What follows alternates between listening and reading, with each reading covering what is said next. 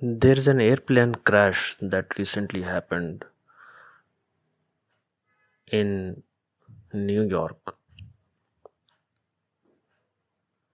A plane collided with a truck which was crossing the runway. There's a recording of the ATC also being circulated on social media. Apparently, it seems that the ATC guy had given clearance to the truck to cross the runway, and later on, when he noticed that a plane is landing on the runway, which obviously it was given clearance, at that time he told the truck driver to stop, and he says, stop, stop, stop immediately.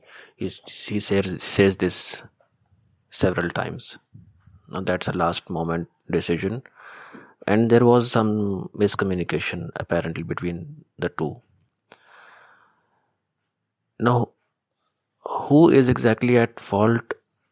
I don't think we can reach this conclusion in a short span of time. People are saying that the air traffic controller might be burnout, or he was overworked and out of stress. He could not make that judgment properly. Some people say that the truck driver should have stopped. Well, it's not very easy to conclude. Obviously, I'm not an aviation expert, but there is something very obvious, that the way this whole thing is operating, there are no second checks.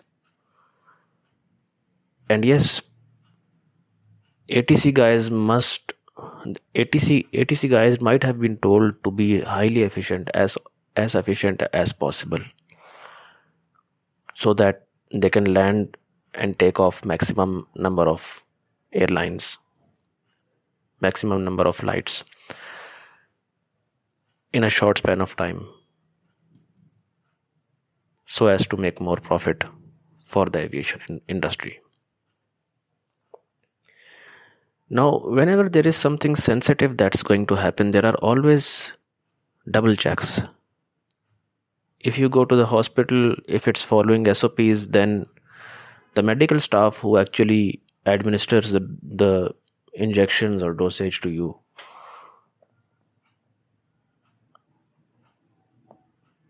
they usually double check it. One guy prepares the medicine and the other one goes through it again. Is it the same patient? Is the medicine being administered to the right patient, and is it the same medicine? The second guy goes through the doctor's prescription again. Wherever proper SOPs are being followed, that is the case. And in the case of aviation also, I think I've heard somewhere that when a pilot changes the flight's course,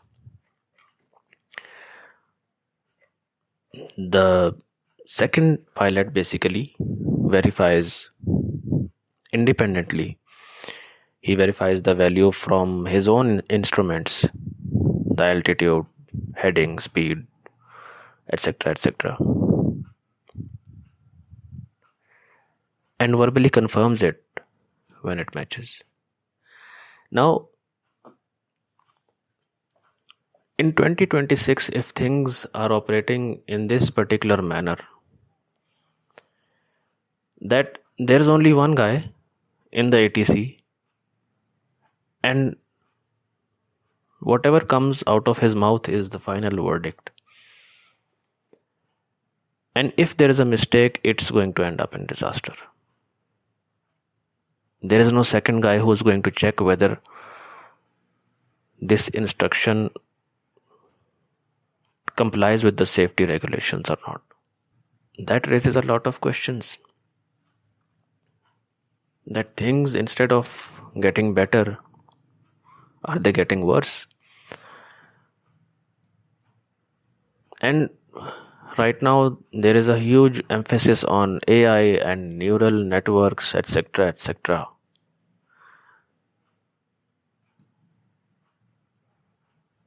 The airline industry and airports could also use softwares, AI based systems who could actually give these, who could actually plan the routes. So, one AI system could plan all of these flights for landing and taking off, not give instructions. And a second AI could verify it. Now, this could happen in milliseconds, and it could be far efficient than what humans can do, because if AI is good at generating videos and images and actually navigation, GPS, playing chess, etc., etc., this is also possible. And a lot of airports, I think some at some places this might be used already. So two instructions planned by AI systems and the ATC controller guy would give the final verdict.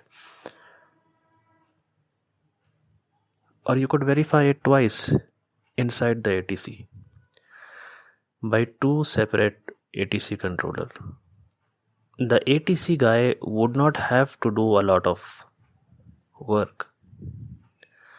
He'd just have to verify that what the software has planned, is it in compliance with safety regulations or not.